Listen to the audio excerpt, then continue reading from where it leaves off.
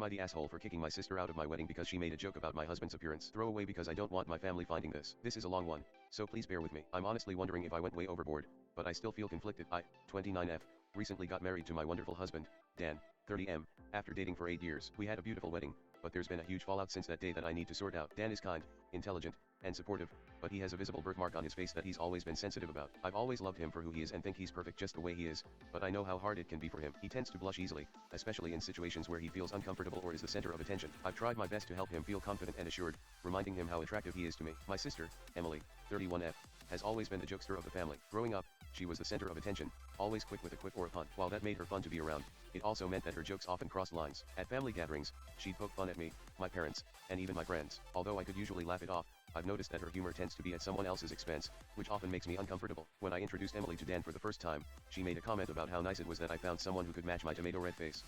I brushed it off, but Dan looked a bit uncomfortable. I later spoke to Emily privately, explaining that jokes about his appearance make him feel self-conscious. She apologized but insisted she was just trying to be funny. I let it slide, hoping she'd understand, but over time, she kept making these little digs, always framing them as jokes. I tried to change the subject, but it just felt like it became a running gag in our family. As the wedding approached, I had a lot on my mind. Planning everything was stressful, and I wanted it to be perfect for Dan and me. But I also knew I had to keep Emily in check. Before the wedding, I had a serious talk with her. I told her that while I appreciated her humor, I needed her to tone it down during the wedding, especially around Dan. She laughed it off and promised to behave, but I had my doubts. On the day of the wedding, everything was magical. Dan looked incredible, and I felt beautiful. The ceremony went smoothly, and when it was time for the reception, I was excited to celebrate with our family and friends. However, when it was time for speeches, Emily took the mic and started with a cute story about me as a child. Everyone was laughing, and I was feeling great. But then, she transitioned to Dan. She said, "Now, let's all raise a glass to my new brother-in-law. I always knew my name would marry a guy who could match her red-faced embarrassment."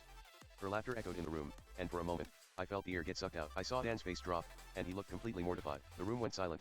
It was as if everyone was holding their breath. I don't know what came over me, but I felt a rush of anger and embarrassment. I jumped up from my seat, grabbed the mic, and said, "Emily, please leave. You're ruining this moment for everyone." The shock on her face was palpable. She stood there, frozen, then tried to laugh it off, saying, "It was just a joke, come on." But I was firm.